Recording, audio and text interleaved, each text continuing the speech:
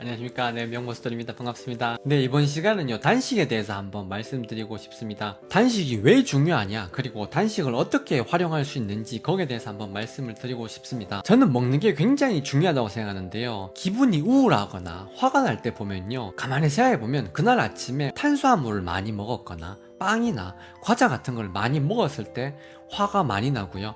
그리고 육식을 많이 했을 때 욕심을 많이 낸다고 합니다. 사람의 몸과 마음이 연결되어 있다는 건 아시지 않습니까? 근데 이 몸이 바로 음식이거든요. 그러니까 결국 음식이랑 마음이 연결되어 있다는 거예요. 뭔가 내가 더 하고 싶고 욕심내고 내가 더 가지고 싶고 이런 마음이 육식을 하는 사람이 그러기가 훨씬 더 쉽다는 겁니다. 저는 반드시 채식을 하자 그런 채식주의는 아니거든요. 육식도 때론 필요하다고 보고요. 적절하게 이렇게 육식을 해야 되지만 지금 대부분의 사람들은 육식을 너무 많이 하고 있는 게 사실입니다. 그래서 육식을 줄였으면 좋겠고요. 육식을 만약에 줄이는 게 어렵다면 저는 그게 어렵더라고요. 그래서 제가 선택한 게 단식입니다. 저는 소식이 너무 어렵더라고요. 소식이 어려워서 그래서 선택한 게 단식이고요. 그래서 언제부터 제가 선택한 게 월요일 단식입니다. 일주일에 하루를 단식하는 거죠. 그래서 월요일이 되면 아침, 점심, 저녁을 안 먹는 걸 지금 이제 실천을 하고 있는데요. 건강이 굉장히 좋은 것 같아요. 하루 세 끼를 안 먹고 어떻게 사냐 이렇게 이야기를 하시지만 실제로 막상 해보시면 그게 어렵지만 불가능한 게 아니라는 걸 아실 수 있고요. 막상 해보시면 그게 건강에 정말 좋다는 걸 느끼십니다. 사람의 먹는 게 바뀌면요, 그 사람의 피가 바뀌거든요.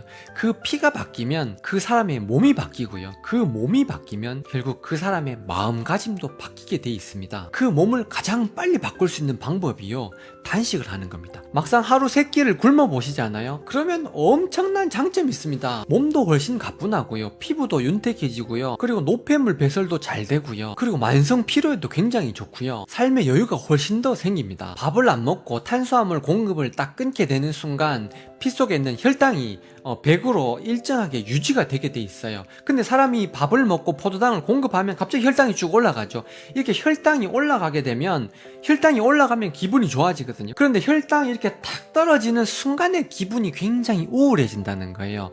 그게 사람의 기분과 완전히 연결되어 있거든요.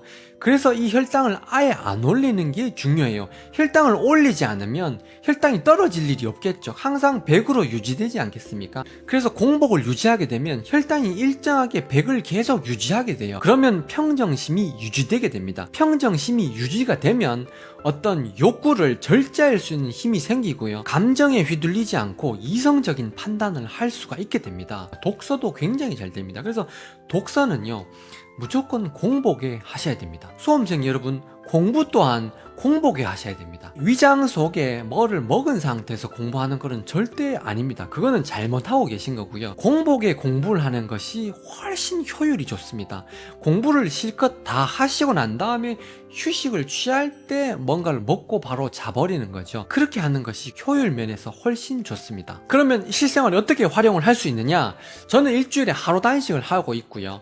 방법 중에 오전을 금식하는 간헐적 단식도 굉장히 유용합니다. 아침을 안 먹는 간헐적 단식도 굉장히 좋고요. 아니면은 저녁을 안 먹는 간헐적 단식도 굉장히 좋습니다. 아침을 안 먹거나 저녁을 안 먹거나 점심을 안 먹는 거는 별로 추천을 하지 않습니다. 왜냐하면요, 잠자는 시간이 공복이기 때문에 공복 시간을 한꺼번에 늘리는 게 좋거든요. 12시간 이상이 돼야 디톡스가 되거든요. 그래서 14시간을 공복을 유지하게 되면 결국 12시간에 플러스 2시간이 된 그 2시간이 디톡스가 되는 거고요. 16시간 공복을 유지하게 되면 12시간에서 이 4시간 플러스 된 이 4시간이 디톡스가 되는 시간이거든요. 그래서 24시간을 공복을 유지하게 되면 12시간을 뺀 12시간이라는 엄청난 시간 동안 디톡스를 할 수 있는 거죠. 그 원리가 이렇기 때문에 잠자는 시간에 추가적으로 아침을 같이 안 먹어주는 공복 1대 공복 시간을 더 늘려주는 것이 굉장히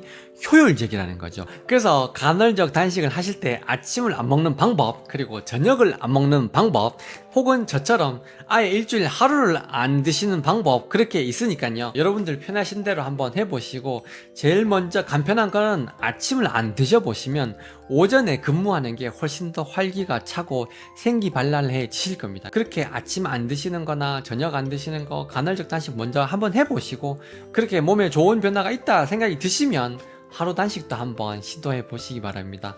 하루 이틀, 3일, 4일 이렇게 단식을 해보시면 정신력 에너지가 월등히 올라가거든요. 그래서 예수님도 그렇고 부처님도 그렇고 그렇게 긴 단식 기간 동안에 어떤 깨달음을 얻으신 게 그게 우연이 아닙니다. 여러분 한번 실천을 한번 해보십시오. 결국은 해보셔야 알 수 있습니다. 아침을 안 드시는 걸 한번 해보시고 하루 단식하는 걸 한번 해보시고 그렇게 한번 느껴보시기 바랍니다. 저는 여러분이 건강해지길 원하고요. 행복해지길 원합니다. 그리고 부자 되시길 원합니다. 소중한 시간 명보석돌이 채널과 늘 함께 해주셔서 감사합니다. 오늘 하루도 행복하십시오. 감사합니다.